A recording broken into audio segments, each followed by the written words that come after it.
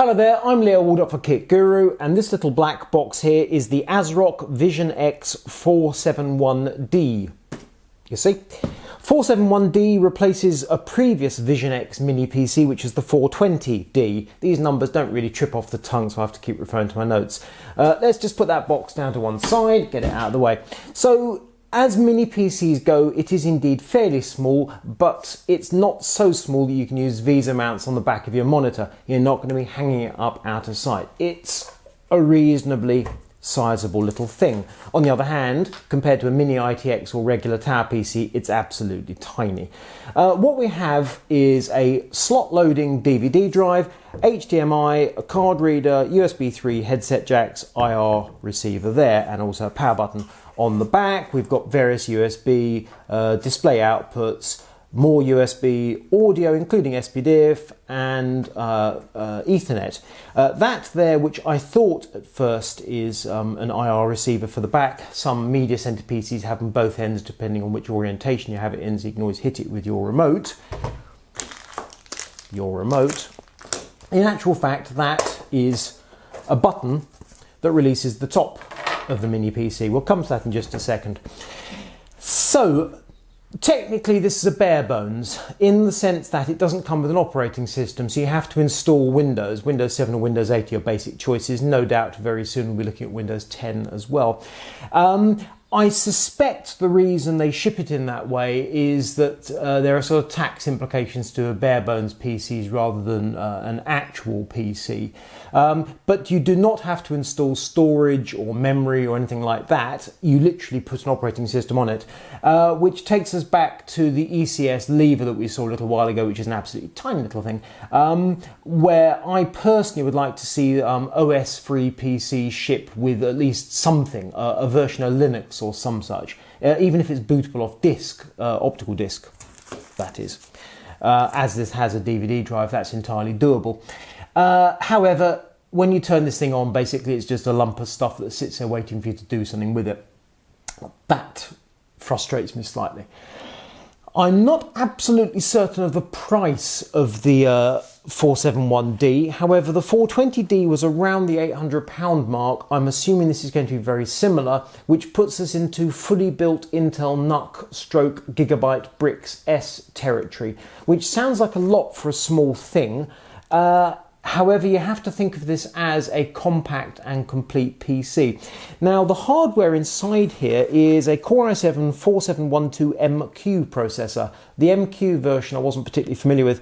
It's a standard Core i7 in the sense of 4 cores, 8 threads, hyper-threading, 2.3 gigahertz turbos to 3.3 gigahertz. So it sounds like a desktop processor. Actually, it's a laptop with the socket 947. Which is fine. It's 37 watts TDP, so we're talking pure laptop hardware. The slightly curious thing is that the graphics are AMD. They are R9 270X, looking at my notes, which was originally called HD 8850M. Again, numbers that don't half trip off the tongue. AMD's actually renamed these graphics, so it's now R9 270X, but they did that with a number of their GPUs. So it sounds more current than it really is. The interesting thing is it's an MXM module, which means that you can theoretically, hypothetically replace the graphics with a different module. In practice, I very much doubt it. Now, I've released the top already, and under it you get some metal heat shield, which also carries the optical drive. One of my bugbears, as a few of you will know, when you get a manual or a setup sheet, I like it to be quite good.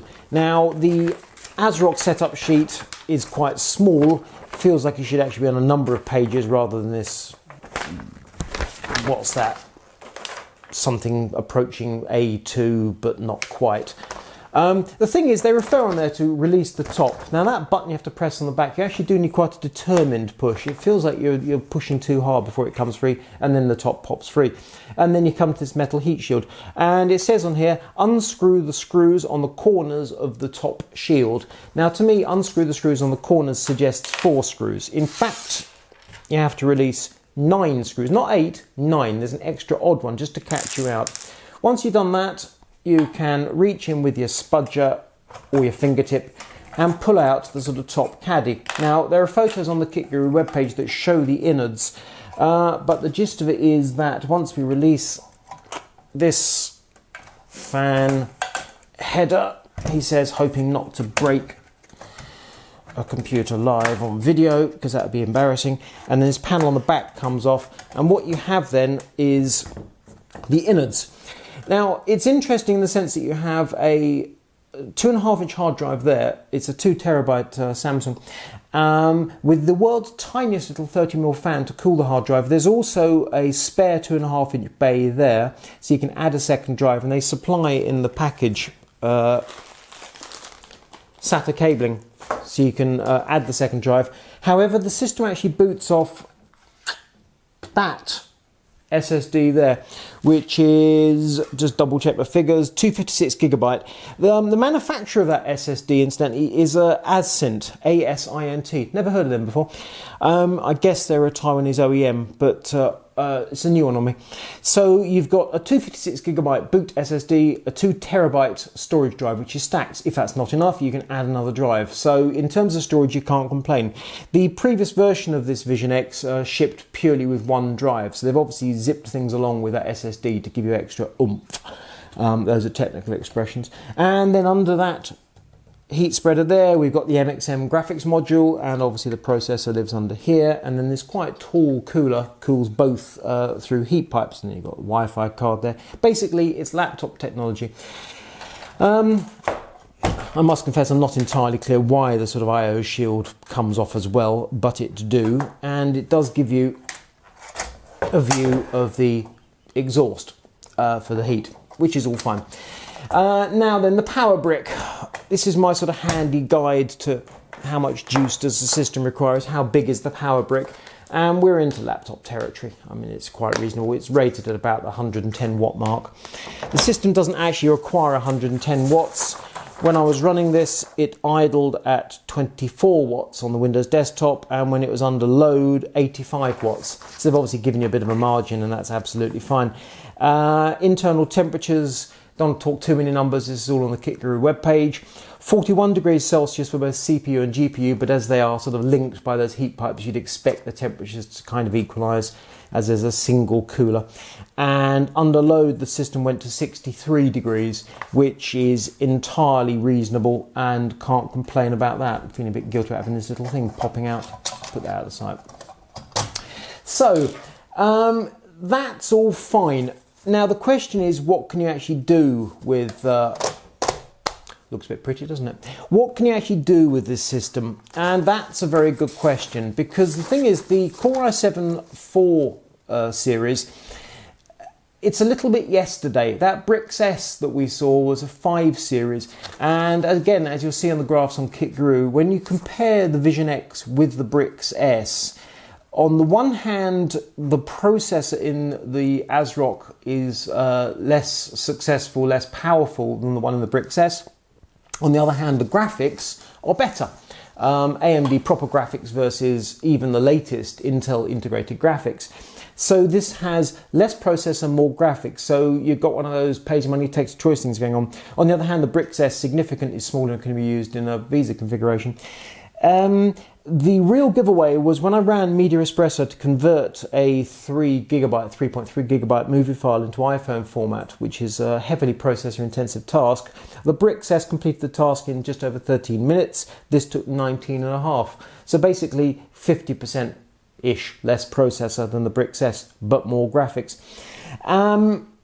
You get all the bells and whistles with this. You've got 8211 AC, for example, and you boot off SSD, go to hard drive, stacks for storage.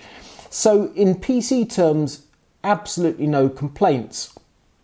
In terms of what you do with it, slightly tricky. I mean, the idea you can theoretically upgrade the graphics with MXM. We've had this from various laptop manufacturers because it's really a laptop technology.